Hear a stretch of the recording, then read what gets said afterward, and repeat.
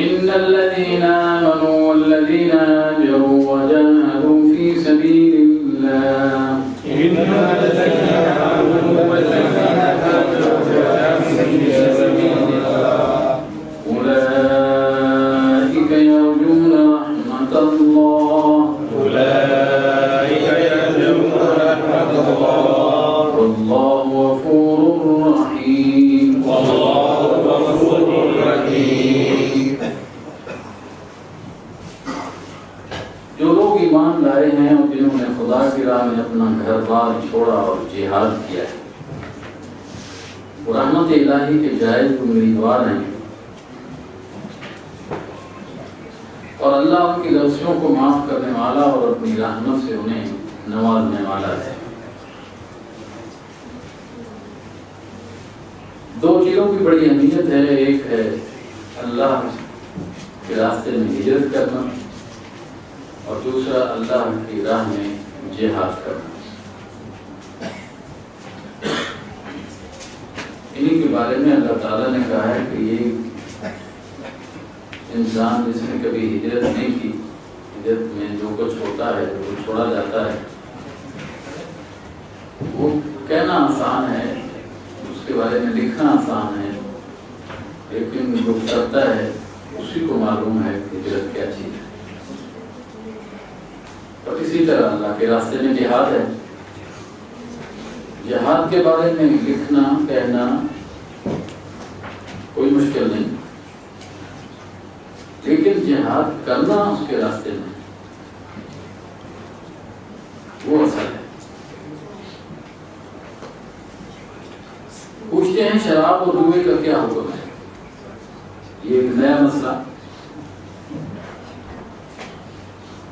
کہو ان دونوں چیزوں میں بڑی خرابی ہے، اگرچہ ان میں لوگوں کے لیے کچھ منافع بھی ہے، مگر ان کا گناہ ان کے فائدے سے بہت زیادہ ہے۔ جوا اور شراب، یہ جو آیت ہے، یہ کل میں نے عرض کیا کہ ناسخ اور منسوخ ایک حکم اللہ تعالیٰ نے نازل کیا اور پھر اس کے بعد کچھ عرصے بعد اس کو منسوخ کر دیا۔ تو ہوتا اس طرح ہے کہ بعض اوقات وہ آیت بھی اسی طرح رہ جاتی ہے اور نئی آیت بھی آ جاتی ہے۔ بعض اوقات ایسا ہوتا ہے کہ وہ آیت اس قرآن میں نہیں ہے لیکن حکم موجود ہے اور دوسری آیت آ جاتی ہے۔ تو یہ مختلف صورتیں ہیں کہ اس میں ناسخ اور منسوخ۔ تو یہ جو شراب اور جوئے کے بارے میں حکم ہے، یہ ابتدا میں آیا۔ پوچھا جاتا تھا کہ شراب اور جوا کیا ہے، اس کا حکم کیا ہے؟ تو اللہ تعالیٰ نے جو حکیم ہے حکمت کے تحت کہ یہ انسان جس پانی کو، جس شراب کو وہ پانی کی طرح پیتا ہے، ایک دم اگر اس کو کہہ دیا جائے کہ چھوڑ دو، اس کے لیے چھوڑنا مشکل ہے۔ تو تدریجاً یہ حکم پہلے آیا، پھر اس کے بعد دوسری آیت آئی، اس نے اس کو منسوخ کر دیا۔ یہ آیت تلاوتاً موجود ہے، حکماً منسوخ ہو گئی۔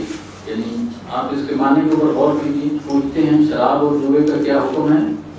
کہو ان دونوں چیزوں میں بڑی خرابی ہے، اگرچہ ان میں لوگوں کے لیے کچھ منافع بھی ہے، لیکن منافع کی بات تو کی جا رہی ہے۔ تو اب کوئی بھی کہہ سکتا ہے جی قرآن میں تو یہ موجود ہے، منافع بھی ہے، تو پھر آپ کیوں منع کرتے ہیں اس سے؟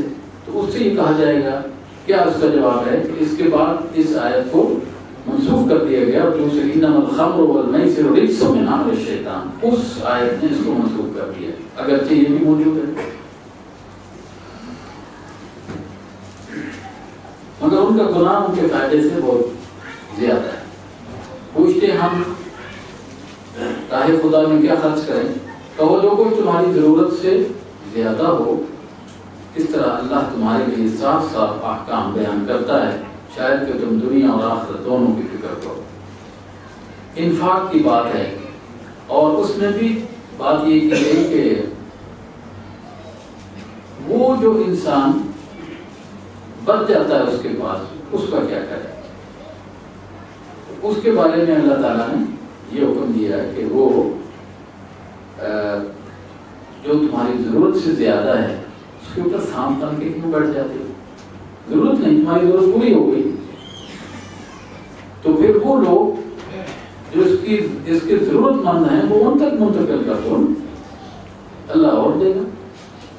اور منتقل کرنے کا اور اللہ کے راستے میں خرچ کرنے کا اصول یاد رکھیے کہ اگر آپ بھی اللہ کو بغیر گنے دیں گے نا تو وہ بھی آپ کو بغیر گنے دے گا، اور آپ بھی گن گن کے دیں گے وہ بھی گن گن کے دے گا۔ تو اس لیے اس اصول کو سامنے رکھیے کہ جو بچ گیا ہے وہ آپ کا نہیں ہے، وہ دوسروں کی ضروریات ہے، ان کو دے دیجیے۔ پوچھتے ہیں یتیموں کے ساتھ کیا معاملہ کیا جائے؟ اب یہ ایک اور مسئلہ ہے۔ یتیم جس کا باپ فوت ہو گیا اور اس کی عمر جو ہے وہ ابھی بلوغت تک نہیں پہنچا، اس کو یتیم کہا جائے گا۔ اور ایک چیز عموماً ہمارے ذہن میں رہتی ہے کہ جو زکوٰۃ کا پیسہ ہے وہ ہم یتیم کو دے دیں، نہیں، زکوٰۃ کے جو شکے ہیں 8 اس کے اندر یتیم کا کوئی ذکر نہیں، اگرچہ لفظ یتیم ہی انسان کو اس پر سوچنے پر مجبور کرتا ہے کہ اس کا باپ چلا گیا، لیکن ایسا بھی تو ہو سکتا ہے کہ باپ مر گیا لیکن وہ مالدار تھا، اب یتیم کے حصے میں جو وراثت آئی ہے وہ کیا ہے؟ اربوں روپے، اربوں کی پراپرٹی، اس کو لگا دی جائے گی؟ نہیں، اس لیے یتیم نہیں۔ پوچھتے ہیں یتیموں کے ساتھ کیا معاملہ کیا جائے؟ کہو جس طرز عمل میں ان کے لیے بھلائی ہو وہی اختیار کرنا بہتر ہے۔ تو ٹارگٹ کون ہے؟ یتیم ہے، جس میں اس کی بھلائی ہے اس کو اختیار کر لیا جائے۔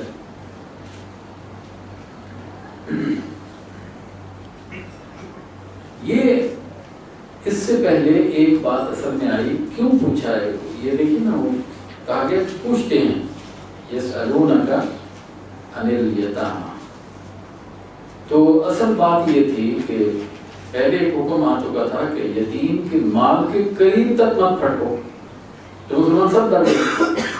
انہوں نے کہا کہ اچھا اگر یہ معاملہ ہے تو وہ تو بہت ہی احتیاط کے ساتھ اس کو جو ہے نا وہ، اور آگے کہا گیا کہ جو پہلے، اور یہ کہ جو لوگ یتیموں کا مال کھاتے ہیں وہ پیٹ میں آگ بھرتے ہیں، اس لیے مسلمان بہت ڈر گئے اس حکم کے آنے۔ لیکن پھر انہوں نے پوچھا کہ اچھا ہم نے معاملہ تو کرنا ہے ان کے ساتھ، اس کا مال ہے، وہ تو ابھی سمجھدار نہیں ہے، تو پھر اللہ تعالیٰ نے یہ کہا کہ وہ طریقہ اختیار کرو جو ان کے لیے فائدہ مند ہو۔ اگر تم اپنا اور ان کا خرچ اور رہنا سہنا مشترک رکھو تو اس میں کوئی مذائقہ نہیں، آخر وہ تمہارے بھائی بند ہی تو ہیں۔ برائی کرنے والے اور بھلائی کرنے والے دونوں کا حال اللہ پر روشن ہے، اللہ چاہتا تو اس معاملے میں تم پر سختی کرتا، مگر وہ صاحب اختیار ہونے کے ساتھ صاحب حکمت بھی ہے۔ اب ایک اور مسئلہ، اور وہ کیا ہے کہ تم مشرک عورتوں سے ہرگز نکاح نہ کرنا جب تک کہ وہ ایمان نہ لے آئیں، ایک مومن لونڈی مشرک شریف زادی سے بہتر ہے، اگرچہ وہ تمہیں بہت پسند ہو۔ اور اپنی عورتوں کے نکاح مشرک مردوں سے کبھی نہ کرنا جب تک کہ وہ ایمان نہ لے آئیں، ایک مومن غلام مشرک شریف سے بہتر ہے، اگرچہ وہ تمہیں بہت پسند ہو۔ وجہ کیا ہے کہ یہ لوگ یعنی مشرک، وہ لونڈی ہے یا غلام ہے، یہ لوگ تمہیں آگ کی طرف بلاتے ہیں اور اللہ اپنے علم سے تم کو جنت اور مغفرت کی طرف بلاتا ہے۔ یہ بنیادی فرق ہے۔ دیکھیے جب شادی کی جائے گی، مشرک بیوی ہے تو وہ اپنے اولاد کے اثرات مرتب کرے گی، اور اگر اسی طرح آپ نے اپنی بیٹی کسی مشرک کے ساتھ کر دی یا اس کا کردار جو بھی ہے تو اس کے اثرات بھی مرتب ہوں گے۔ رسول اللہ صلی اللہ علیہ وسلم نے ہم اس دور میں اس بڑی مصیبت میں، اور یہ ہمارے لیے بڑی ابتلا اور آزمائش ہے کہ ہم چونکہ دنیا پرست ہو گئے ہیں، اس لیے رسول اللہ صلی اللہ علیہ وسلم کے بتائے ہوئے نسخوں کو بالائے طاق رکھ دیتے ہیں۔ جب ہماری شادی بیاہ کی بات آتی ہے، اللہ کے رسول نے فرمایا تم کا المرأۃ لاربع، 4 چیزیں دیکھا کرو جب تم شادی کرو کسی بھی عورت کی۔ کیا ہے؟ لجمالہا، خوبصورت ہو، یہ آپ نے فرمایا خوبصورت ہونی چاہیے، انسانی فطرت ہے۔ لمالہا، مالدار ہو، یہ بھی انسان کو اٹریکٹ کرتی ہے۔ بحسبها خاندان بھی دیکھا جائے، لدینہا چوتھی چیز جو آپ نے فرمائی وہ ہے دین۔ دیکھیے عربی زبان میں یہ ایک انداز ہے کہ جب کوئی چیز امپورٹنٹ ہوتی ہے تو اس کو بالکل لاسٹ میں بیان کیا جاتا ہے، تو آخر میں کیا چیز آئی ہے؟ لدینہا، دین کو دیکھو، دین فاظفر بذات الدین، دین والی شرط سے کامیابی حاصل کر۔ اگر اسی شرط کو چھوڑ دیا، دین کو نہیں دیکھا، مال کو دیکھ لیا، جمال کو دیکھ لیا، اور حسب نسب اور خاندان بڑا ہے، یہ ہے وہ ہے، سارا کچھ اس کو دیکھ لیا، یہ تینوں شرائط میں ان کو ترجیح دی اور دین کو جو ہے نہیں ترجیح دی، اللہ کے رسول نے فرمایا فاظفر بذات الدین، تو دین والی اس شرط کو اس کے ساتھ کامیابی حاصل کر، تربت یداک، وگرنہ مٹی میں دونوں ہاتھ مارے گا۔ آپ مجھے بتائیے جس رسول پر ہم ایمان رکھتے ہیں وہ ایک ہمیں نسخہ بتا رہے ہیں، ہم اپنے تجربے کرتے ہیں، وہ نہیں جی وہ دیکھیں نا جی یہ ہے وہ ہے، سارا کچھ ہوتا ہے۔ اس کی وجہ یہ کہ محدثین نے لکھا کہ جمال کتنے دن رہتا ہے، وہ سب کتنے دن رہتا ہے، مال بھی آنی جانی چیز ہے، اور حسب اور خاندان جو ہے اس کا بھی کوئی اتنا مسئلہ نہیں۔ اصل کیا چیز ہے؟ وہ دین ہے، ہم اسی کو چھوڑ دیتے ہیں پھر روتے پھرتے ہیں۔ میرے ایک ہمسائے ہیں، انہوں نے اپنی بیٹی کی شادی کی، لڑکے والوں نے بھی لڑکی والوں نے، دونوں نے کس کو ٹارگیٹ کیا؟ مال کو، وہ یہ دیں گے، وہ توقع دونوں لگائے بیٹھے تھے، وہ یہ دیں گے وہ دیں گے۔ ٹھیک ایک ہفتے کے بعد طلاق ہو گئی، ٹھیک، اور وہ بچی جو ہے گھر واپس جب آ گئی تو میری اہلیہ نے پوچھا کہ کیسے ہیں سسرال؟ کہنے کے سسرال کی کیا آنٹی کیا بات کرتی ہیں، تو طلاق ہو گئی، لا حول ولا قوة۔ کیا ہوا؟ انہوں نے کہا کہ یہ ہم تو توقع لگائے بیٹھے تھے، تم یہ چیز لاؤ گے، گاڑی بھی لاؤ گے، یہاں کچھ بھی نہیں ہے۔ تو ساس نے جو ایک ہفتہ بھی نہیں گزارا، اس نے کہا دے دو طلاق، دے دی طلاق۔ اور اس نے جو جملہ کہا وہ بھی سنیے، وہ کہنے لگی آنٹی دولت سے مال سے خوشیاں نہیں ملتی، ہم تجربہ کر کے بھی پھر وہی تجربہ کرتے، ایک نے کر لیا دوسرے نے کر لیا، اللہ کے رسول نے جو نسخہ بتایا اس کو پکڑو نا تو کامیابی ملے، ورنہ تو مٹی میں ہاتھ دونوں مارے۔ یہاں کیا ہے؟ وہی بات ہے کہ مشرک اور جو دیندار نہیں ہے، لڑکا ہے یا لڑکی ہے، قرآن میں ہی فیصلہ، یہ قرآن کی بات ہے۔ وَالْعَبْدُ مُؤْمِنٌ خَيْرٌ مِّن مُشْرِكٍ، ایک مومن لیکن وہ جو غلام ہے وہ مشرک شریف سے دیتا ہے۔ اولئک یدعون الی النار، یہ لوگ کس طرف بلاتے ہیں؟ آگ کی طرف بلاتے ہیں، اور اللہ تعالیٰ تو جنت کی طرف بلاتا ہے، مغفرت کی طرف۔ اور آگے فرمایا وَيُبَيِّنُ آیاتہ لِلنَّاسِ لَعَلَّهُمْ يَتَذَکَّرُونَ، انسانوں تجربے مت کرو، اللہ بتا رہا ہے، اللہ بتا رہا ہے کہ وہ تمہارے لیے یہ آیتیں بیان کرتا ہے، لعلہم یتذکرون، شاید کہ تم عقل سے کام لو، یہ اللہ بتا رہا ہے۔ اب ایک اور مسئلہ ہے، وَيَسْأَلُونَكَ عَنِ الْمَحِيضِ قُلْ هُوَ أَذًى فَاعْتَزِلُوا النِّسَاءَ فِي الْمَحِيضِ وَلَا تَقْرَبُوهُنَّ حَتَّى يَطْهُرْنَ فَإِذَا تَطَهَّرْنَ فَأْتُوهُنَّ مِنْ حَيْثُ أَمَرَكُمُ اللَّهُ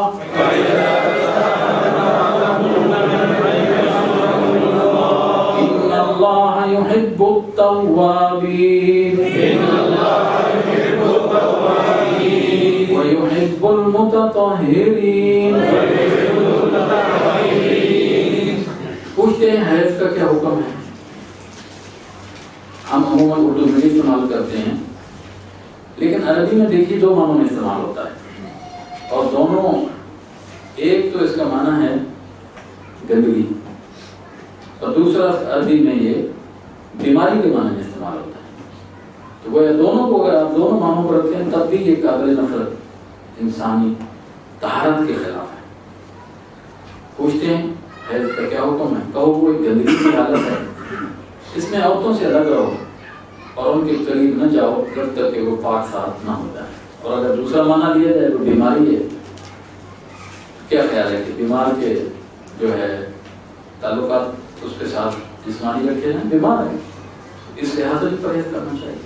فَإِذَا تَطَهَّرْنَا، پھر جب وہ پاک ہو جائیں تو ان کے پاس جاؤ اس طرح جیسا اللہ نے تم کو حکم دیا ہے، جو اللہ اور اس کے رسول نے جو اجازت دی ہے اس طرح کی ہے۔ اللہ ان لوگوں کو پسند کرتا ہے جو بدی سے باز رہیں۔ گویا کہ اب اللہ نے منع کر دیا، پھر بھی اگر کیا جائے گا تو یہ کیا شمار ہو جائے گی؟ یہ بدی ہو جائے گی، یہ برائی ہے۔ اور پاکیزگی اختیار کریں، تمہاری عورتیں تمہاری کھیتیاں ہیں، تمہیں اختیار ہے، جس طرح چاہو اپنی کھیتی میں جاؤ۔ مفسرین نے لکھا ہے کہ کھیتی میں سیر کرنے کے لیے مت جاؤ، کھیتی میں کھیتی باڑی کرنے کے لیے، پروڈکشن کے لیے جاؤ۔ اس لیے اللہ تعالیٰ نے دیکھی کیسا لفظ استعمال کیا، وہ تمہاری کھیتیاں ہیں، اس سے اپنی نسل کو آگے بڑھانا ہے، نہ کہ سیر کی جائے۔ جس طرح چاہو اپنی کھیتی میں جاؤ، مگر اپنے مستقبل کی فکر کرو، مستقبل کی فکر کرو یعنی اولاد۔ وَاتَّقُوا اللَّهَ وَاعْلَمُوا، خوب جان لو کہ تمہیں ایک دن اس سے ملنا ہے، اور اے نبی جو تمہاری ہدایات کو مان لیں انہیں فلاح و سعادت کا معاہدہ سنا۔ اللہ کے نام کو ایسی قسمیں کھانے کے لیے استعمال نہ کرو جن سے مقصود نیکی اور تقوی اور بندگان خدا کی بڑائی کے کاموں سے باز رہنا ہو۔ یعنی نیکی، تقوی اور اللہ کی رضا تو نہیں ہے، لیکن قسمیں کھائی جاتی ہیں۔ اللہ تمہاری ساری باتیں سن رہا ہے اور سب کچھ جانتا ہے۔ جو بے معنی قسمیں تم بلا ارادہ کھا لیا کرتے ہو ان پر اللہ گرفت نہیں کرتا، لیکن جو سمجھ بوجھ کے جو قسمیں کھائی ہیں، اور قسم کے بارے میں دیکھیے، ایک قسم ہے غلط چیز کے لیے کھانا، اور ایک قسم ہے جو ہے تو جائز لیکن قسم کھا لی گئی۔ تو غلط چیز کے لیے قسم بنیادی طور پہ وہ نہیں ہوتی، اس کا کفارہ دے کے جان چھڑائیے۔ اور اس کا کفارہ کیا ہے کہ مسکین 10 ہوں، ان کو جو ہے کھانا کھلایا جائے یا ان کو کپڑے پہنائے جائے۔ دوسرا کیا ہے کہ ایک غلام آزاد کیا جائے۔ تیسرا یہ ہے کہ 3 دن کے روزے رکھے جائیں۔ یہ کفارہ ہے، جو غلط قسم آپ نے اٹھائی اس کا کفارہ ہے۔ مگر جو قسمیں تم سچے دل سے کھاتے ہو ان کی باز پوس وہ ضرور کرے گا۔ قسم کا مطلب کیا ہوتا ہے کہ اللہ کو گواہ بناتا ہے انسان، تو جب اللہ کو گواہ بنایا ہے تو پھر وہ بات پوس بھی کرے گا۔ اللہ بہت درگزر کرنے والا اور بہت بار۔ جو لوگ اپنی عورتوں سے تعلق نہ رکھنے کی قسم کھا بیٹھتے ہیں ان کے لیے 4 مہینے کی مہلت ہے۔ 4 مہینے مہلت ہے، یعنی قسم کھا لی ہے، کوئی تعلق نہیں تیرے ساتھ، طلاق نہیں دی، ویسے تعلق نہیں رکھنا چاہتا، 4 مہینے کی مہلت ہے، اس سے آگے نہیں جا سکتے۔ اگر انہوں نے رجوع کر لیا تو اللہ معاف کرنے والا اور رحیم ہے، اور اگر انہوں نے طلاق ہی ٹھان لی ہو تو جانے رہیں کہ اللہ سب کچھ سنتا اور جانتا ہے۔ یعنی 4 مہینے کے بعد یا طلاق دینا ہوگی یا پھر یہ ہے کہ رجوع کرنا ہوگا۔ جن عورتوں کو طلاق دی گئی ہو وہ 3 مرتبہ ایام ماہواری آنے تک اپنے آپ کو روکے رکھے۔ دیکھیے اس چیز کو بھی ہم اپنے معاشرے میں اس لحاظ سے بڑے غلط انداز میں کہ دیکھیں طلاق کا ایک طریقہ ہے، اور پھر اس کے بعد آپ اس سے ہیں جو کچھ بھی ہے، لیکن باہر اس کا ایک تعلق آپ کے ساتھ رہا ہے۔ وہ قرآن یہ کہتا ہے کہ یہ اس کا گھر ہے، یہ اس کا گھر ہے، آپ نکال نہیں سکتے۔ اگر آپ نکالیں گے تو یہ ایک لحاظ سے بڑی بے غیرتی ہو جاتی ہے، وہ کدھر جائے گی؟ قرآن یہ کہتا ہے اس کو اسی گھر میں رہنا چاہیے۔ طلاق دینی آپ نے جو بھی فیصلہ کیا ہے اس کو اسی طریقے سے کیا جائے۔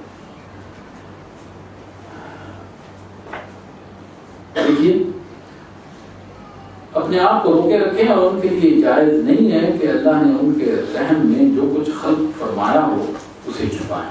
دوسری طرف خواتین کے لیے بھی یہ جائز نہیں ہے، کیونکہ اگر اللہ تعالیٰ نے جو ہے مثلا حمل ہو گیا ہے تو اس کو بتانا چاہیے، کیونکہ یہ بڑی ذمہ داری ہے اور اگر اس سارے غصے میں مرد بھی غصے میں عورت بھی غصے میں وہ بھی چلی گئی، اس نے بھی نہیں بتایا، یہ اللہ اس کے رسول کے قانون کی خلاف ورزی ہے۔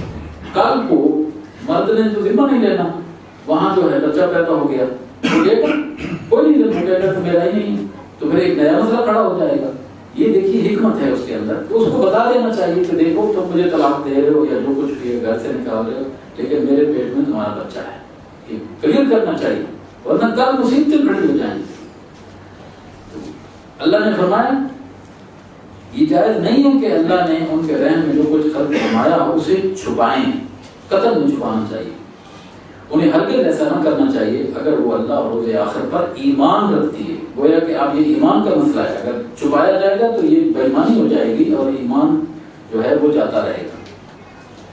ان کے شوہر تعلقات درست کر لینے پر آمادہ ہوں تو وہ اس عدت کے دوران میں انہیں پھر اپنی زوجیت میں واپس لے لینے کے حقدار ہیں۔ لیکن اس ابھی عدت گزارنی ہے نا، عدت کہاں گزارنی ہے؟ کسی اور گھر میں نہیں، اسی گھر میں، اور اس کی تفصیلات جو ہیں وہ فقہ کتابوں میں مل جاتی ہیں، تو اس میں یہ پڑھی جا سکتی ہے۔ عورتوں کے لیے بھی معروف طریقے پر ویسے ہی حقوق ہیں جیسے مردوں کے حقوق ان پر ہیں، البتہ مردوں کو ان پر ایک درجہ حاصل ہے، وہ عموماً ہے وَلِلرِّجَالِ عَلَيْهِنَّ دَرَجَةٌ، مرد کو اللہ تعالیٰ نے قوام بنایا، وہ ذمہ دار ہے۔ ہم اس کو غلط سمجھ بیٹھے کہ شاید مرد جو ہے اس کے ہاتھ میں ڈنڈا ہے اور جو قوام کا یہ مطلب غلط، ایسا نہیں ہے۔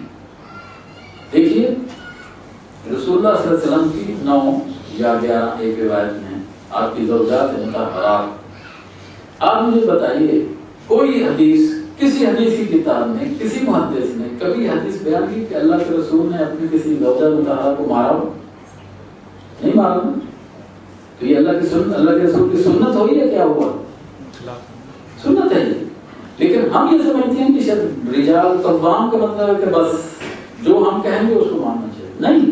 دیکھیے لونڈی اور بیوی میں فرق ہے، لونڈی کا کوئی حقوق نہیں، وہ آپ کی پراپرٹی ہے، جیسے چاہیں آپ، ٹھیک ہے، لیکن بیوی کا حقوق ہے، اور وہ یہ نہیں ہے کہ آپ اس کو جو ہے وہ جس طرح چاہیں لونڈی کی طرح اس کے ساتھ جو ہے معاملہ کریں، ایسا نہیں ہے۔ یہ ہمارے گھروں کے اندر جو مسائل کھڑے ہوتے ہیں اسی وجہ سے ہوتا ہے کہ ہم اس کے حقوق نہیں جانتے اور وہ ہمارے حقوق نہیں جانتے۔ عورتوں کے لیے معروف طریقے پر ویسے ہی حقوق ہیں جیسے مردوں کے حقوق ان پر ہیں، البتہ مردوں کو ان پر ایک درجہ حاصل ہے کیونکہ وہ ذمہ دار ہیں، اور سب پر اللہ غالب، اقتدار رکھنے والا اور حکیم و دانا موجود ہے۔ عزیزوں کا لفظ دیکھیے، پہلے میں نے بتایا تھا اگر یہ مرد زیادتی کرے گا تو اللہ تعالیٰ کیا ہے، اس سے زیادہ طاقتور ہے، اس کو سزا بھی دے گا۔ اور میں عموماً کہا کرتا ہوں، دیکھیں حضرت عمر رضی اللہ عنہ ایک دفعہ، یعنی بیوی کو اس کے حقوق کی بات ہے، حضرت عمر رضی اللہ عنہ گھر میں آئے تو گھر میں جس طرح اپنا بیوی ایک دوسرے سے فرینک ہوتے ہیں، تو ایک ایسی پوزیشن بنی کہ حضرت عمر پر یوں جیسے چھوٹا بچہ نہیں بیٹھ جاتا سواری کرتا ہے، تو وہ سواری کرنے لگی ایک بھی، تو کسی نے یہ دیکھ لیا منظر اور اس نے کہا کہ لو ہم تو سنا کرتے تھے کہ حضرت عمر بڑے وہ ہیں دبنگ، اور وہ جو ہیں کل جو ہے گھوڑا بنے ہوئے تھے، اور اس نے کہا اللہ کے بندے سارا دن تو امور خلافت چلاتا ہوں، اس کے حقوق تو میں ادا ہی نہیں کر سکتا ہوں، مجھے تو اس کو دیکھیے فقہ آپ پڑھ کے دیکھیے، فقہ علماء نے اس کو بڑا ڈیٹیل کے ساتھ جو ہے ڈسکس کیا ہے، ہم جانتے نہیں ہیں، اور سچی بات یہ ہے کہ ہماری خواتین کو یہ اگر پڑھ لیں تو ہماری مصیبت آ دیکھیے آپ ہم کہتے ہیں نان اور نفقہ کس کے ذمہ ہے؟ مرد کے ذمہ ہے، تو نان لائیے نا، ان کو دیجیے نا، آپ پکا کے لائیں نا، وہ کیوں پکائے؟ نفقہ کس کے ذمہ ہے؟ تو ہم مارا ہی بولتے ہیں، ٹھیک ہے، اگر وہ بیچاری پکا کے دیتی ہے، ہماری خدمت کرتی تو ہمیں شکر گزار ہونا چاہیے، سارا دن خدمت کرتے ہیں، تھوڑا سا نمک مل جائے، یہ بھی نمک، یہ بھی وہ بنایا، پھر ہمارا غصہ جو ہے وہ بلڈ پریشر ہائی ہو جائے گا، حالانکہ یہ اس کی ذمہ داری نہیں ہے، نان بھی ہم لے آتے، روٹی بھی ہم لے آتے، ہم پکاتے، ٹھیک ہے، اور نفقہ بھی ہم لے آتے، لیکن یہاں پر وہ خدمت کرتی ہے تو پھر ہم اتنا ناشکرے ہو جاتے ہیں۔ تو آپ ڈیٹیل میں پڑھ کے دیکھیے، اگر آپ نے کسی ایسی لڑکی سے شادی کی ہے جس کے گھر میں بڑی رونق ہوتی تھی اور وہ آپ کے ایسے گھر میں آ گئی ہے، یہ ڈیٹیل کے ساتھ فقہاء نے اس کو ڈسکس کیا ہے کہ وہاں اب آپ تو کام کے لیے جا رہے ہیں یا گھر میں کوئی اور نہیں ہے، اس کو ڈر لگتا ہے، آپ ایک ہائر کیجیے ایک خاتون جو اس کے ساتھ رہے جب تک آپ واپس نہیں آتے۔ آپ سمجھ رہے ہیں نہیں؟ کیونکہ اس کو ڈر لگتا ہے۔ یہ ساری ڈیٹیل کے اندر، مثلا وہ جس خاندان سے آئی ہے اس خاندان میں بکرے کا گوشت کھایا جاتا ہے، بڑا گوشت نہیں کھایا جاتا، ٹھیک ہے نا؟ آپ کو شادی کرنے سے پہلے یہ سوچنا چاہیے تھا کہ اس خاندان کا سٹیٹس کیا ہے۔ اب آپ جناب لے آئیں دال، ٹھیک ہے نا، اس کو کہیں دال کھاؤ اور وہ کہ میں نہیں کھا سکتی، تو آپ کو بکرے کا گوشت لانا ہوگا۔ آپ یہ کہیں میں تو غریب ہوں، پھر پہلے ہی سوچنا تھا نا۔ یہ فقہ کہتی ہے کہ پہلے آپ کو سوچنا چاہیے تھا کہ آپ کا سٹیٹس کیا ہے۔ اس کو کیا کہا جاتا ہے؟ کفر کہا جاتا ہے۔ تو یہ ساری چیزیں ان کے ساتھ ریلیٹڈ ہیں، ان کے حقوق ہیں۔ سچی بات ہے ہماری خواتین کی پڑھی نہیں فکر، جس دن میں پڑھ لی مصیبت آئے گی ہماری۔ تو اچھا جی، اگر انہوں نے یہ جن عورتوں کو طلاق دی گئی ہو وہ 3 مرتبہ ایام ماہواری آنے تک اپنے آپ کو روکے رکھیں اور ان کے لیے جائز نہیں۔ ہاں، عورتوں کے لیے بھی معروف طریقے پر ویسے ہی حقوق ہیں جیسے مردوں کے حقوق ان پر ہیں، البتہ مردوں کو ان پر ایک درجہ حاصل ہے اور سب پر اللہ غالب اقتدار رکھنے والا حکیم و دانا موجود ہے۔ طلاق 2 بار ہے، پھر یا تو سیدھی طرح عورت کو روک لیا جائے یا بھلے طریقے سے اس کو رخصت کر دیا جائے۔ 2 دفعہ طلاق دے دی ہے اور وہ جو ہے ٹائم گزرا ہے، ٹھیک ہے، سوچ سمجھ کے، غصے میں آنے کی ضرورت نہیں۔ جب لوگ طلاق دے دیتے نا، پھر میرے پاس کوئی غصے میں دی تھی، غصے میں طلاق دی، اچھا تو میں نے کہا خوشی میں طلاق دی جاتی ہے؟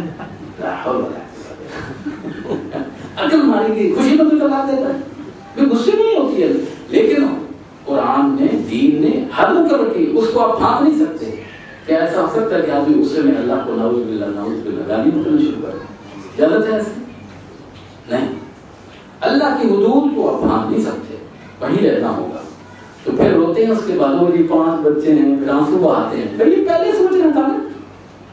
اب ہو گئی طلاق، انہیں بھی کوئی طریقہ نکالے، اب کوئی طریقہ نکالے، وہ جی فلان ہے نا، وہ فرقہ وہ یہ کہہ رہے ایسا ہو جاتا ہے، ایسا ہو جاتا ہے، میں کہ چلے جاؤ ان سے کرو، مجھے کیوں نہیں سنا؟ اللہ اس کے رسول کا حکم، تم کھیلتے ہو شریعت کے ساتھ۔ کوئی شک نہیں کہ قرآن اور حدیث کے مطابق جو طلاق دینے کا طریقہ وہ ہے 1 دفعہ دی جائے، پھر دوسری دفعہ، پھر امضا کی جائے، تیسری دفعہ ہو جائے، ٹھیک ہے۔ لیکن جو لوگ 3 دفعہ اکٹھی دے دیتے ہیں، 3 دفعہ کیا 10 دفعہ کہہ دیتے ہیں، ٹھیک ہے نا، مرد ہے نا، اس لیے اللہ نے اگر ایک اختیار دے دیا طلاق دینے کا، ٹھیک ہے، تو پھر اس کو غلط استعمال کیا جائے، تو پھر اتنا اس وقت جذبات میں آگے یہ بات ہو گئی، اس کے بعد آنسو بہاتے ہیں، اور یہ بچے ہیں، چھوٹے چھوٹے بچے ہیں، یا ایسے اب کیا ہوگا، بھگتو آپ جو کچھ ہو گئے۔ تو حضرت عمر رضی اللہ عنہ کے پاس بھی ایسا ہی ایک آدمی آیا، تو حضرت عمر رضی اللہ عنہ چھانٹے سے اس کو جو ہے 2-3 لگائے اور کہنے لگے تو شریعت کے ساتھ کھیلتا ہے، خیال نہیں رہا کہ اللہ اس کے رسول نے ایک طریقہ بتایا، اس کو کیوں نہیں اختیار کیا؟ طلاق ہو گئی ہے، اب جا صدا ہو گئی، اور طریقہ تو وہی ہے کہ ٹھہر ٹھہر کر وہ دی جائے طلاق 3، لیکن اگر اکٹھی دے دی گئی ہے تو چاروں ائمہ کے نزدیک متفق علیہ یہ فیصلہ کہ طلاق مغلظہ ہو جاتی ہے۔ تو اس لیے خیال کر کے یہ دماغ جو ہے نا، اس کو ایک حد تک خراب کیا جائے لیکن اس سے آگے نہ کیا جائے۔ معاملہ تو ہے 4 بچوں کا، 5 بچوں، ان کی زندگی تباہ کر دیا، شریعت پہلے نہیں جانتے، اور اس کے بعد جو ایک اختیار اللہ نے دیا تھا اس کو غلط استعمال کر کے ساروں کی زندگی کو تباہ کر دیا۔ طلاق 2 بار ہے، پھر یا تو سیدھی طرح عورت کو روک لیا جائے یا بھلے طریقے سے اس کو رخصت کر دیا جائے، اور رخصت کرتے ہوئے ایسا کرنا تمہارے لیے جائز نہیں ہے کہ جو کچھ تم نے انہیں دے چکے ہو اس میں سے کچھ واپس لے۔ دیکھو نا، یہ اللہ تعالیٰ بالکل وہ بتا رہا ہے کہ آپ اتنے تو گناہ ہو جائیں کہ جو کچھ دیا تھا آپ وہ بھی واپس لے لیں۔ اس کو کہا جائے مطلب تھوک کے چاٹنے والی بات ہے، ایسا نہ کیا جائے۔ البتہ یہ صورت مستثنا ہے کہ زوجین کو اللہ کے حدود پر قائم نہ رہ سکنے کا اندیشہ ہو۔ ایسی صورت میں اگر تمہیں یہ خوف ہو کہ وہ دونوں حدود الہی پر قائم نہ رہیں گے تو ان دونوں کے درمیان یہ معاملہ ہو جانے میں کوئی مذائقہ نہیں کہ عورت اپنے شوہر کو کچھ معاوضہ دے کر علیحدگی حاصل کر لے. یعنی عورت سمجھتی ہے بیوی کہ میں اب نہیں لے سکتی ہے تو ٹھیک ہے وہی کچھ دے دے, واپس اس کو دے دے اور چلیے. یہ اللہ کے مقرر کردہ حدود ہیں. دیکھیے لفظ حدود, تلک کا حدود اللہ, یہ اللہ کی حدود ہیں. فلا تعتدوها, کوئی بادشاہ اپنی حدود میں کسی کو داخل نہیں ہونے دیتا. یہ اللہ کی حدود ہیں, ان سے تجاوز نہ کرو, اور جو لوگ حدود الہی سے تجاوز کریں وہی ظالم ہیں. پھر اگر 2 بار طلاق دینے کے بعد شوہر نے عورت کو تیسری بار طلاق دے دی تو وہ عورت پھر اس کے لیے حلال نہ ہوگی, الا یہ کہ اس کا نکاح کسی دوسرے شخص سے ہو اور وہ اسے طلاق دے دے. یہ قرآن کی نص ہے, حتی تنکح زوجا غیرہ. اب ہمارے یہاں کیا مختلف طریقے نکالے جاتے ہیں, حلالہ پتہ نہیں کیا کہتے ہیں اس کو, وہ تو انتہائی گندگی ہے. یعنی مختلف طریقوں سے کر کے کیا ہے, پہلے اس سے نے طلاق دے دی, اب جہاں دوسرا ایک غلطی پہلے کی اب دوسری غلطی کرتے ہیں. سیدھی سیدھی بات. میرے پاس ایک صاحب آئے, انہوں نے کہا یہ ایسے میں نے کیا. میں نے کہا ایک تو نے پہلے غلطی کی ہے, اب میں مفتی نہیں ہوں, تو مفتی کے پاس جا.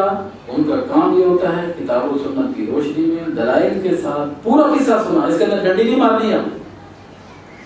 اب کچھ جو ہے تیرا قصور تھا اس میں سے تو ڈنڈی مار لے, نہیں, ڈیٹیل کے ساتھ سنا اس کو پورا معاملہ, پھر اس کی روشنی میں تجھے لکھ کر دیں گے فتویٰ, اس کو پھر نافذ کر.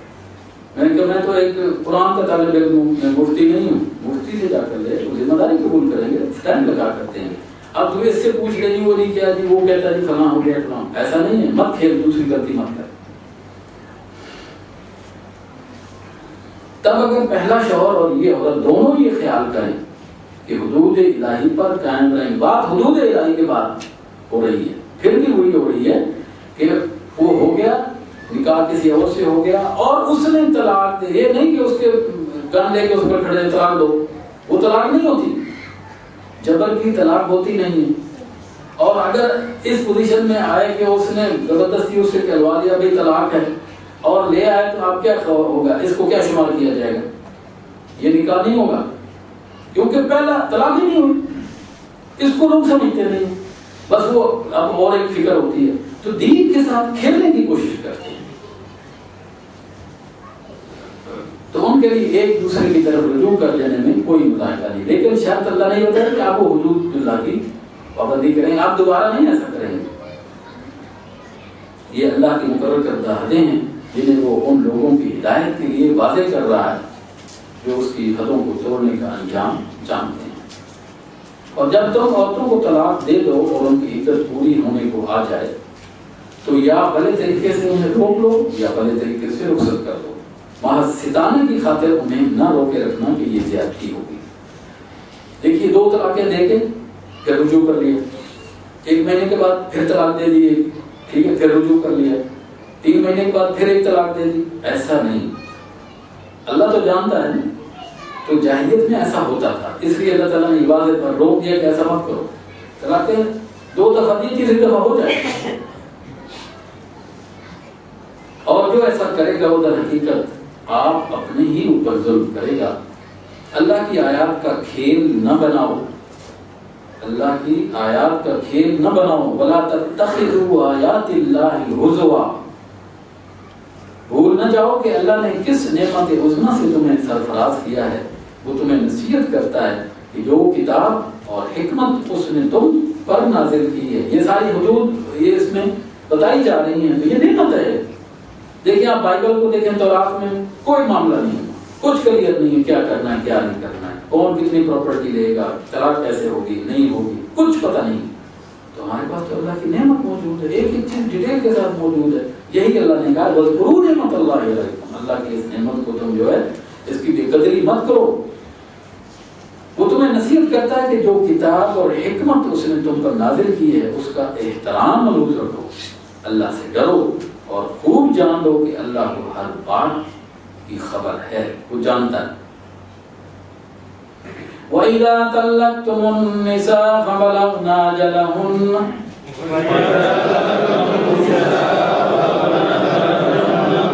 فَلَا تَعْضُلُوهُنَّ أَن يَنكِحْنَ أَزْوَاجَهُنَّ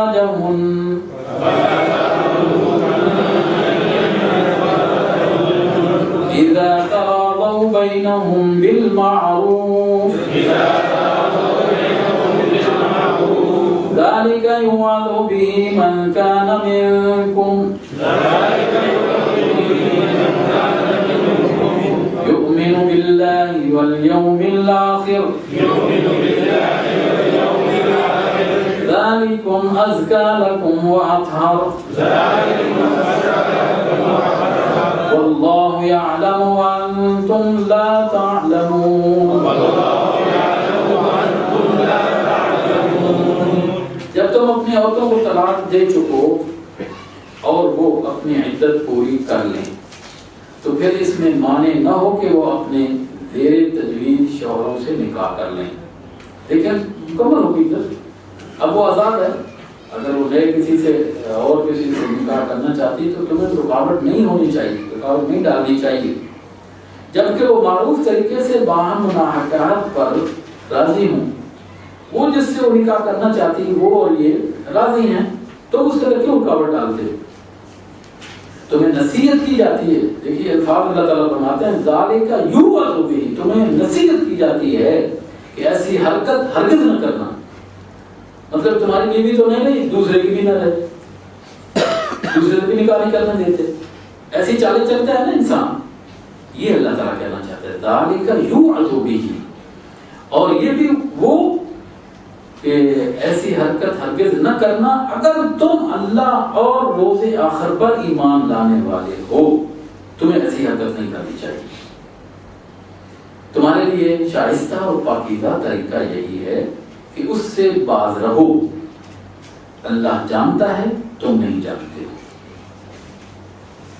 جو باپ چاہتے ہوں کہ ان کی اولاد پوری مدت رضاعت تک دودھ پیے، یعنی 2 سال، طلاق ہو گئی، بچہ ہے ماں کے پاس، اور یہ صاحب چاہتے ہیں کہ بیٹا جو ہے یا بچی جو ہے وہ 2 سال تک دودھ پیے، ماں کا دودھ پینا، تو مائیں اپنے بچوں کو کامل 2 سال دودھ پلائیں. دیکھیے کتنا بیلنس دین ہے. ایک طرف مرد کو بتایا جا رہا ہے، دوسری طرف کیا ہے عورت کو بھی بتایا. حالانکہ اس نے طلاق دے دی ہے لیکن بچے کا کیا قصور ہے؟ تو دین نے کیا بات کی؟ اللہ کیا فرماتا ہے؟ وہ 2 سال تک دودھ پلائے. اس صورت میں بچے کے باپ کو معروف طریقے سے انہیں کھانا کپڑا دینا ہوگا. یہ نہیں کہ غصے میں دی تھی ٹھیک ہے جاؤ کچھ نہیں ملتا، ایسا نہیں ہے. یہ قرآن کہہ رہا ہے یہ سارا نان نفتا، کیونکہ بچہ تمہارا پال رہی ہے وہ، اس لیے سارا کچھ دینا ہوگا، مگر کسی پر اس کی وسعت سے بڑھ کر بار نہ ڈالنا چاہیے. اب اگر یہ بھی بتایا گیا کہ وہ بیچارہ غریب آدمی ہے، ٹھیک ہے، اب طلاق ہو گئی، وہ کہتی ہے کہ مثلا تمہارا بچہ ہے تو اس کے لیے اتنا جو ہے خرچہ دو، اور وہ خرچہ جو اس کے بس میں نہیں ہے. تو قرآن کیا کہہ رہا ہے؟ اتنا بوجھ بھی عورت نہ ڈالے اس کے اوپر کہ وہ بیچارہ دے ہی نہ سکے. نہ تو ماں کو اس وجہ سے تکلیف میں ڈالا جائے کہ بچہ اس کا ہے، اور باپ کہے جی اس کا بچہ بھی تو ہے نا، میں کیوں خرچہ دوں. یہ نہیں، بچہ باپ کا ہے لیکن ماں کی یہ مہربانی ہے کہ وہ دودھ پلانا چاہتی ہے، ورنہ تو کہ جاؤ لے جاؤ اس کو، ایسا ہی ہے نا، لے جاؤ اس کو. اور نہ باپ ہی کو اس وجہ سے تنگ کیا جائے کہ بچہ اس کا ہے.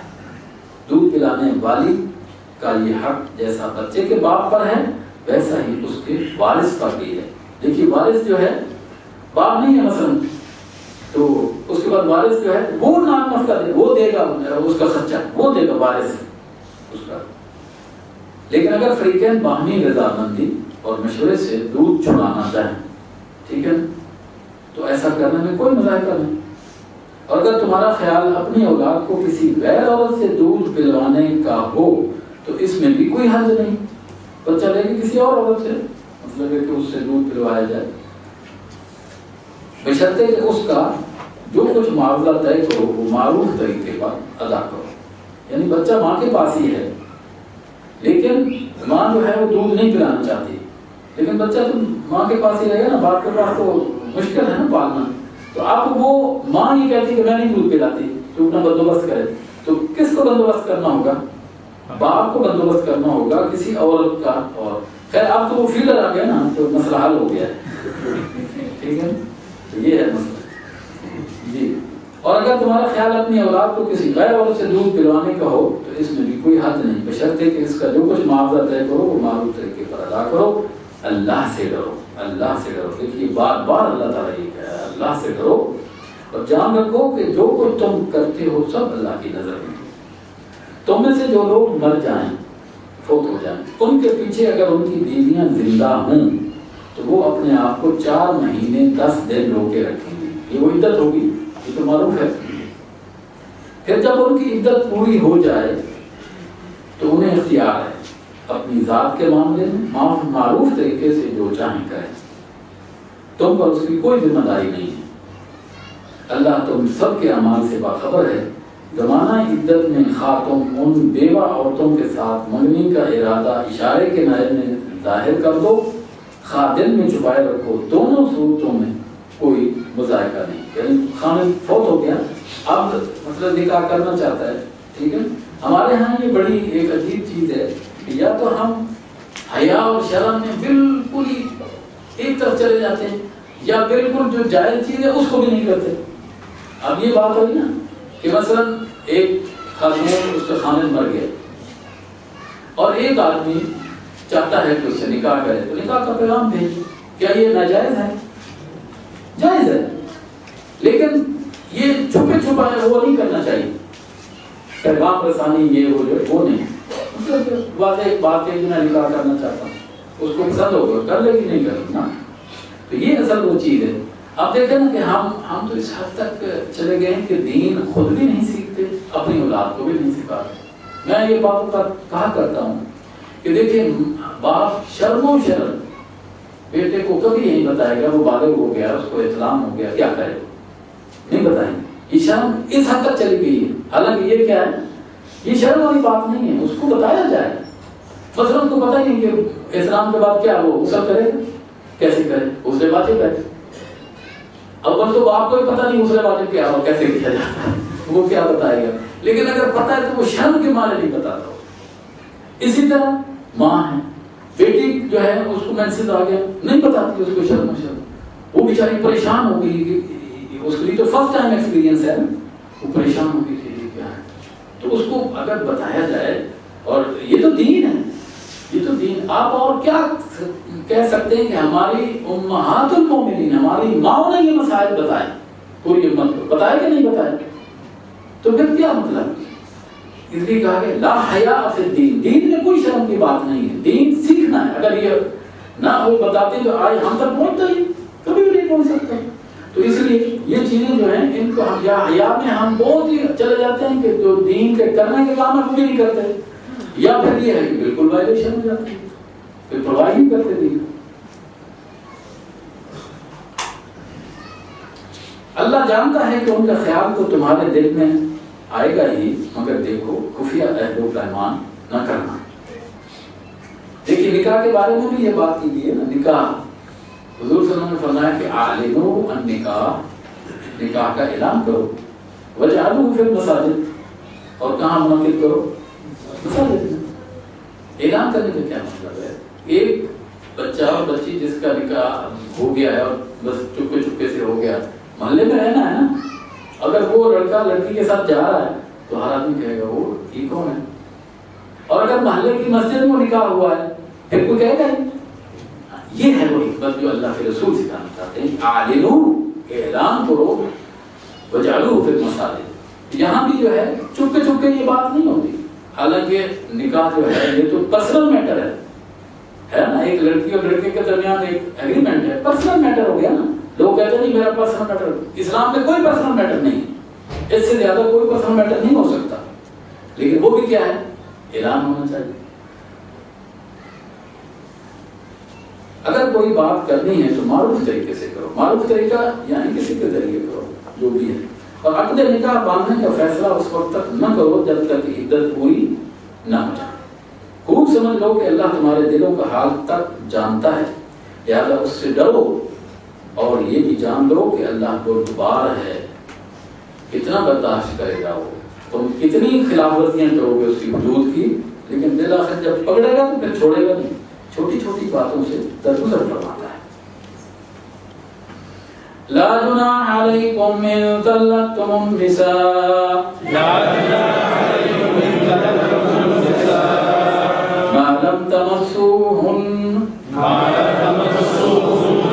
او تفرضوا لهن فريضة ومتعوهن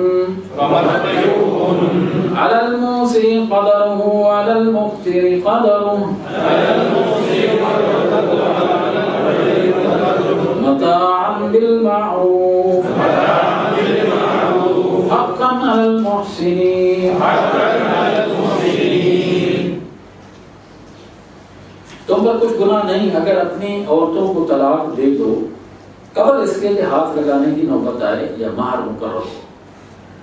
یعنی طلاق دی ہے، نکاح ہوا تھا، ابھی تک اس کو آپ کیا کہتے ہیں، رخصتی کہتے ہیں، ابھی رخصتی نہیں ہوئی، سسرال نہیں گئی، طلاق ہو سکتا ہے ایسا. تو پھر اللہ تعالیٰ نے کیا کہا، اگر ایسا ہو اس صورت میں انہیں کچھ نہ کچھ دینا ضرور چاہیے. مہر بھی مقرر ہو گیا، کچھ نہ کچھ دینا چاہیے. خوشحال آدمی اپنی مقدرت کے مطابق اور غریب اپنے مقدرت کے مطابق معروف طریقے سے دے. یہ حق ہے نیک آدمیوں پر. نیک آدمی ایسا کرے. اور اگر تم نے ہاتھ لگانے سے پہلے طلاق دی ہو لیکن مہر مقرر کیا جا چکا ہو تو اس صورت میں نصف مہر دینا ہوگا. یہ اور بات ہے کہ عورت نرمی برتے اور مہر نہ لے، یا وہ مرد جس کے اختیار میں عقد نکاح ہے نرمی سے کام لے. وہ مرد کے مطلب باپ ہو سکتا ہے، چچا ہو سکتا ہے، اگر وہ باپ نہیں ہے تو چچا ہوگا، جو بھی مطلب اس لڑکی کا وہ ہے، نرمی سے کام لے اور پورا مہر دے دے. اور تم یعنی مرد نرمی سے کام لو تو یہ تقوی سے زیادہ مناسبت رکھتا ہے. آپس کے معاملات میں فیاضی کو نہ بھولو، تمہارے اعمال کو اللہ دیکھ رہا ہے. یہ جو معاملات ہوتے ہیں یہ کوئی 2 اور 2 4 کی طرح نہیں ہے، اخلاقیات ہے. اسلام تو اخلاقیات کی تعلیم دیتا ہے. اپنی نمازوں کی نگہداشت رکھو، خصوصاً ایسی نماز کی جو محاسن صلاۃ کی جامع ہو. دیکھیے نکاح طلاق کی بات ہو رہی تھی، ایک دم نماز کی بات آ رہی، ٹھیک ہے، موضوع بدل گیا، لیکن اس کا راز کیا ہے؟ راز یہ ہے کہ جو آدمی نمازیں ٹھیک پڑھتا ہے نا وہ شریعت کی بھی پابندی کرے گا. کیوں؟ نماز اللہ کے لیے پڑھی جاتی ہے، اللہ سے ڈر کے پڑھی جاتی ہے. ایسے ہی ہے، یہ پیچھے تو انسانی معاملات تھے تو وہ اس میں بھی ڈرے گا. جو نماز نہیں پڑھتا وہ یہ معاملات نہیں کر سکتا، اس میں بھی گڑبڑ کرے گا. اس لیے کہا حافظوا علی الصلوات، نمازوں کی حفاظت کرو. ہم جو حفاظت کرتے ہیں وہ بھی کمال درجے کی حفاظت کرتے ہیں. والصلاۃ الوسطیٰ، اور خاص طور پہ درمیانی نماز. درمیانی جو نماز ہے اس کے بارے میں اختلاف ہے. کچھ لوگوں نے کہا کہ وہ فجر کی درمیانی بنتی ہے، کچھ نے کہا کہ وہ ظہر کی ہوتی ہے، کچھ نے کہا مغرب کی ہے، کچھ نے کہا کہ عشاء کی ہے. لیکن سچی بات یہ ہے کہ اس سے مراد کوئی بھی نماز جو بھی پڑھی جائے اس کو بڑے خشوع اور وقت پر پڑھی جائے. وقت پہ نماز کو پڑھنا یہ اس کی حفاظت کرنا ہے. ٹھیک ہے، ان الصلاۃ کانت علی المؤمنین کتابا موقوتا، فرض کر دیجیے وقت کے اوپر. اور وقت سے ادھر ادھر ہوگے تو نماز پھر وہ حفاظت نہیں ہوئی اس کی. ہم حفاظت نہیں کر سکے، اس کو وقت پہ نہیں پڑھ. پھر یہ کہ جب ہم پڑھنے لگے تو خشوع خضوع ہے ہی نہیں. سارے سفر کر لیے، سارے جو ہیں وہ ہمارے جو حساب کتاب تھے نا وہ آفس کے، اتنا تھا فلاں کا، اتنا حساب فلاں، وہ سارے اسی لیے کر لیے تو یہ حفاظت کی تو ظاہر کر دیے. تو اس لیے اللہ تعالیٰ نے فرمایا حافظوا علی الصلوات، نمازوں کی حفاظت کرو، اور خاص طور پہ خشوع و خضوع کے ساتھ اور پورے طریقے کے ساتھ اور وقت پہ اس کو ادا کرنا. یہ صلاۃ وسطیٰ کہلاتی ہے.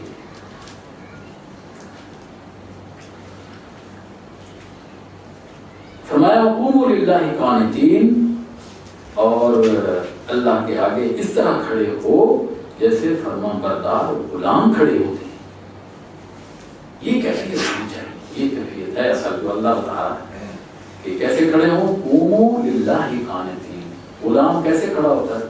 یا باس کے سامنے ہم کیسے کھڑے ہوتے ہیں؟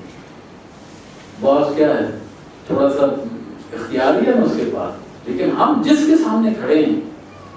کل میں کتاب میں پڑھ رہا تھا ایک تابعی کے بارے میں، وہ کہہ لگے مجھے 37 سال ہو گئے میں جب نماز کے لیے کھڑا ہوتا ہوں میرے جسم کی کب کبھی تاری ہو جاتی ہے. 37 سال ہو گئے اس لیے کہ میں اس تصور کے ساتھ کھڑا ہوتا کہ میں اب کس کے سامنے آ گیا, کس کے سامنے کھڑا ہو گیا. وہ ہستی ہے جو میرے دلوں کے بھیدوں کو بھی جانتی ہے, اس لیے میرے جسم پر کب کبھی تاری ہو جاتی ہے کہ یہ کیفیت ہونی چاہیے. اسی لیے اللہ کے رسول نے فرمایا کہ اعبد اللہ, اللہ کی عبادت کر کہ اللہ کا تراہ ہوا کہ تم اس کو دیکھ رہا ہے. لیکن بات سامنے ہوتا ہے کیا ہوتا ہے. اور ایک اور چیز اسی کے ساتھ میں کہتا ہوں, یہ بھی نماز کے اس میں ہے کہ اللہ تعالیٰ نے حکم دیا ہے کہ لوگوں خذوا زینتکم عند کل مسجد, خذوا زینتکم عند کل مسجد. جب بھی تم مسجد میں جاؤ زینت اختیار کرو. ہماری حالت کیا ہوتی ہے, جس سلیپنگ ڈریس میں سوئے نا بس باڈم باغ وضو کیا اسی کے ساتھ جا کے مسجد میں گھس گئے. کس کے سامنے کھڑے ہوئے, کس کے سامنے؟ باس کے سامنے تو سارا کچھ ہم ٹھیک ٹھاک ہے وہ کر کے, یعنی کوئی یہ نہیں ہونے چاہیے کنگھی بھی ہوئی ہے کہ نہیں ہوئی ہو. لیکن عظیم خالق کائنات کے سامنے ہم کھڑے ہوتے ہیں, کس لباس میں کھڑے ہوتے ہیں؟ دماغی طور پہ تو ہم غائب ہوتے ہی ہیں, کم از کم جسمانی طور پہ بھی ہم زینت و اختیار کر لیں.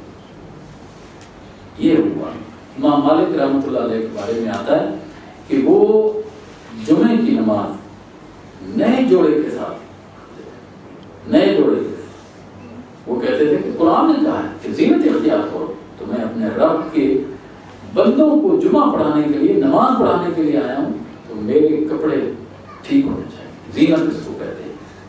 اور ہر آدمی اپنے معیار کے مطابق زینت اختیار کرے. لیکن اب تو معاملہ اور بڑھ گیا. اب تو وہ جو ہے نا وہ کہتا ہے اس کو شارٹ پجامہ کہتے ہیں, کیا کہتے ہیں اب تو ماشاءاللہ اس کے ساتھ بھی پڑھ لیتے ہیں. اللہ اکبر, اسلام زندہ باد. حالت یہ ہو گئی ہماری, کھڑے کس کے سامنے, کس کے ساتھ, کوئی ڈر نہیں لگتا, کوئی خوف نہیں آتا. قوموا للہ قانتین, اس کے آگے اس طرح کھڑے ہو جیسے فرما بردار غلام کھڑے ہوتے ہیں. بدامنی کی حالت ہو تو خواہ پیدل ہو خواہ سوار, جس طرح ممکن ہو نماز پڑھو, نماز نہیں چھوڑ سکتے. دیکھیے میں ایک اور بات کہا کرتا ہوں کہ یہ جو رئیس المنافقین یا مدینہ کے جو منافق تھے ہم سے تو اچھے تھے. وہاں قرآن کہتا ہے کہ وہ نماز پڑھنے کے لیے آتے تھے کسالہ, وہم کسالہ, سستی کے ساتھ. قرآن نے یہ نہیں کہا کہ یہ نماز چھوڑ دیتے تھے. ہمارا کیا خیال ہے, کیا کہتی ہے ہماری, ہم تو نماز نہیں چھوڑے بیٹھے. پھر کہتے ہیں ہم کیا ہیں, پکے سچے مسلمان. قرآن نے ان کی ایک اس صفت کو کہ وہ سستی سے آتے ہیں, ٹھیک ہے, یہ منافق کی نشانی ہے کہ وہ رکعت میں دیر سے آئے, یہ کیا ہے, یہ منافق کی نشانی ہے. تکبیر تحریمہ کا رسول اللہ صلی اللہ علیہ وسلم نے فرمایا اس کا جو ثواب تمہیں پتہ چل جائے تو تم تلواروں کے ساتھ لڑائی کرو اگلی صف میں, دوسرے کو آنے نہ دو. تمہیں معلوم ہو جائے کہ اس کا جو ہے مولانا حسین احمد مدنی رحمۃ اللہ علیہ کے بارے میں آتا ہے کہ ان کی ایک دفعہ مرید آ گئے اور وہ لیٹ ہو گئے اور انہوں نے لیٹ کر دیا تو تکبیر تحریمہ چھوٹ گئی. تکبیر تحریمہ وہ تو سمجھتے ہیں نا تکبیر تحریمہ, جب امام نے ہاں اس کا وہ چھوٹ گئی, آ گئے وہ فوراً, لیکن وہ مس ہو گئی. اپنے مریدوں کو کوسنے لگے, کہنے لگے ظالموں تم نے 40 سال میں میری تکبیر تحریمہ چھوڑا. 40 سال ہم پتہ نہیں کیا احسان کرتے ہیں. تو ڈھونگے مارے لے اللہ تو بھی کی یاد کریں گے, پڑھ چڑھیے احسان کر دیا. نہ تسبیح ہے, نہ تکبیر تحریمہ ہے, نہ کوئی اذان. دیکھیے اذان, اللہ اذان کو کبھی ہم نے سوچا, کہتا ہے اللہ اکبر, کیا مطلب باقی کام کیا ہے؟ چھوٹے ہو گئے، چھوڑیے نا ان کو. اور ٹائم کتنا ہوتا ہے؟ 15 منٹ سارے ہوتے ہیں. اسی وقت بھی اگر ہم اٹھیں تو مشکل سے وضو ہوگا اور جو سنتے ہیں اگر پڑھ لیں تو بڑی بات. یہ ہے تکبیر تحریمہ کا اہتمام ہم کریں. یہ ہے وہ قوموا للہ قانتین.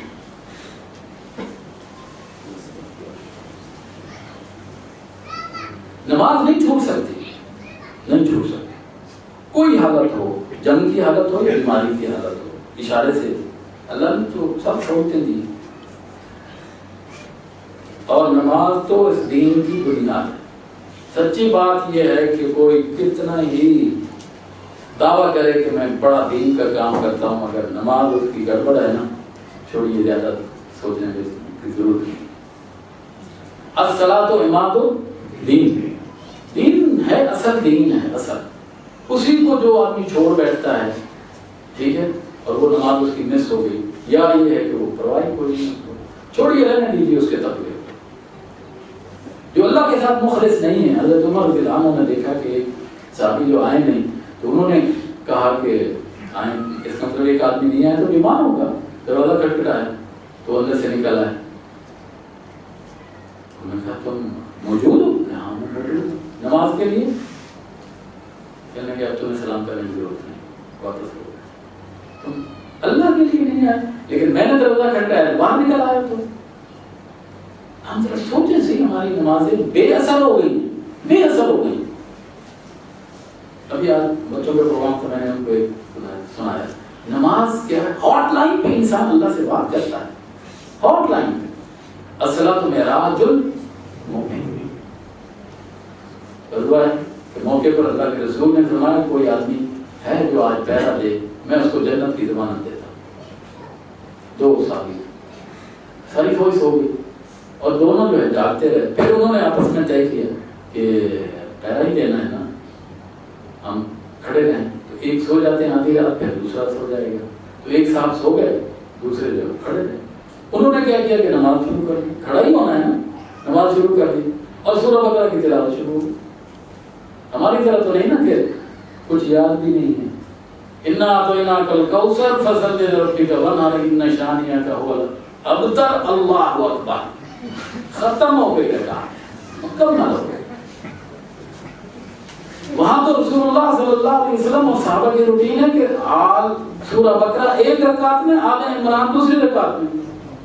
ایک نوجوان صحابی کہتے ہیں کہ ایک رات میں اللہ کے رسول صلی اللہ علیہ وسلم کے ساتھ کھڑا ہو گیا. اللہ کے رسول صلی اللہ علیہ وسلم نے نماز شروع کی، بقرہ پڑھی. مجھے اندازہ ہوا کہ بقرہ کے بعد رکوع کریں گے. اللہ کے رسول نے آل عمران بھی پڑھی اور میں تھک گیا، ایک پاؤں اٹھاتا ایک کھڑا کرتا.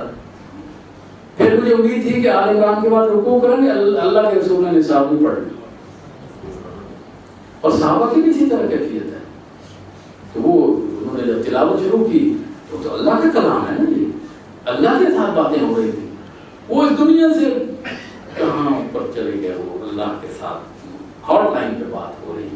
دشمن نے دیکھا یہ ایک آدمی کھڑا ہے، یہ کیا ہے؟ انہوں نے ایک تیر مارا، دوسرا تیر مارا. یہ بڑا اہم واقعہ ہے. اس سے امام شافعی نے ایک دلیل لی ہے تو میں آپ کو بتاتا ہوں. تو جب اس کو تیروں کی بارش ہوئی، اس کو پتا نہیں اور وہ اپنا تلاوت کرنا. جو ساتھی نیچے سویا ہوا تھا اس نے دیکھا کہ میرے جسم کے نیچے یہ نمی کہاں سے آ گئی، بارش تو ہے جو صحرا تھا. وہ اٹھے تو ان کو اندازہ ہوا کہ اچھا جو تیر لگے، تیر پہ وسط ہے اور وہاں سے خون نکل رہا ہے. تو انہوں نے جھنجھوڑا کہ وہ جگایا ہوگا. وہ کہاں پہنچے ہوئے؟ وہ اللہ کے ساتھ قرآن، اللہ کو سن رہے ہیں، اللہ کی کتاب کو پڑھ رہے ہیں. اور وہ اس دنیا سے ماں برا. دنیا کیا خیال ہے؟ تیر کا درد نہیں ہوتا وہ. یہ قرآن، اس کو جب انسان پڑھتا ہے یہ تیر شیر کوئی چیز نہیں. جو لذت ملتی ہے، لطف ملتا ہے، وہ پڑھ کے تو دیکھیں. کبھی تہجد، میں نے کہا تھا کہ تہجد شروع کیجیے، یہ قرآن جو ہے تہجد کے وقت دل میں اترتا ہے. شروع کیجیے، 2 رکعت پڑھ لیجیے. تو وہ جب کیا ہوا تمہیں؟ یہ پتہ نہیں. تمہارے جسم میں یہ تیر ہیں اور وہ میں نے نکال لی اور یہ سارا خون بہ رہا ہے. کہا اللہ کی قسم مجھے نہیں پتا. کیا ماں؟ اس کو کو کہتے ہیں الصلاۃ معراج المومن. تو اللہ نے اسی کہا کہ اس کو جو ہے یہ چھوٹ نہیں سکتی، نماز مس نہیں ہو سکتی. تو تم میں سے جو لوگ وفات پائیں اور پیچھے بیویاں چھوڑ رہے ہوں، ان کو چاہیے کہ اپنی بیویوں کے حق میں یہ وصیت کر جائیں کہ 1 سال تک ان کو نان و نفقہ دیا جائے اور وہ گھر سے نہ نکالی جائیں. دیکھیے یہ کتنی اہم چیز ہے، گھر سے نہ نکالی جائیں. پھر اگر وہ خود نکل جائیں تو اپنی ذات کے معاملے میں معروف طریقے سے وہ جو کچھ بھی کریں اس کی کوئی ذمہ داری تم پر نہیں ہے. اللہ سب پر غالب اقتدار رکھنے والا اور حکیم اور دانا. اسی طرح جن عورتوں کو طلاق دی گئی ہو انہیں بھی مناسب طور پر کچھ نہ کچھ دے کر رخصت کیا جائے. یہ حق ہے متقی لوگوں پر. اس طرح اللہ اپنے احکام تمہیں صاف صاف بتاتا ہے. امید ہے کہ تم سمجھ بوجھ کر کام کرو. آج کے اس کافی سارے چونکہ مسائل اکٹھے ہو گئے اور ان کی تشریح کرنا بھی ضروری تھا، لیکن انشاءاللہ سپیڈ ہماری بڑھے گی آگے. آپ فکر نہ کیجیے، ہم انشاءاللہ ٹائم پہ اس کو مکمل کریں گے. اور بات پھر میں وہی کروں گا کہ آپ لوگ جو ہیں قوم کو بھی دعوت دیجیے، میسج کیجیے، کوئی طریقہ اختیار کریں کہ وہ جو ہے اس طرف آئیں. وآخر دعوانا الحمدللہ.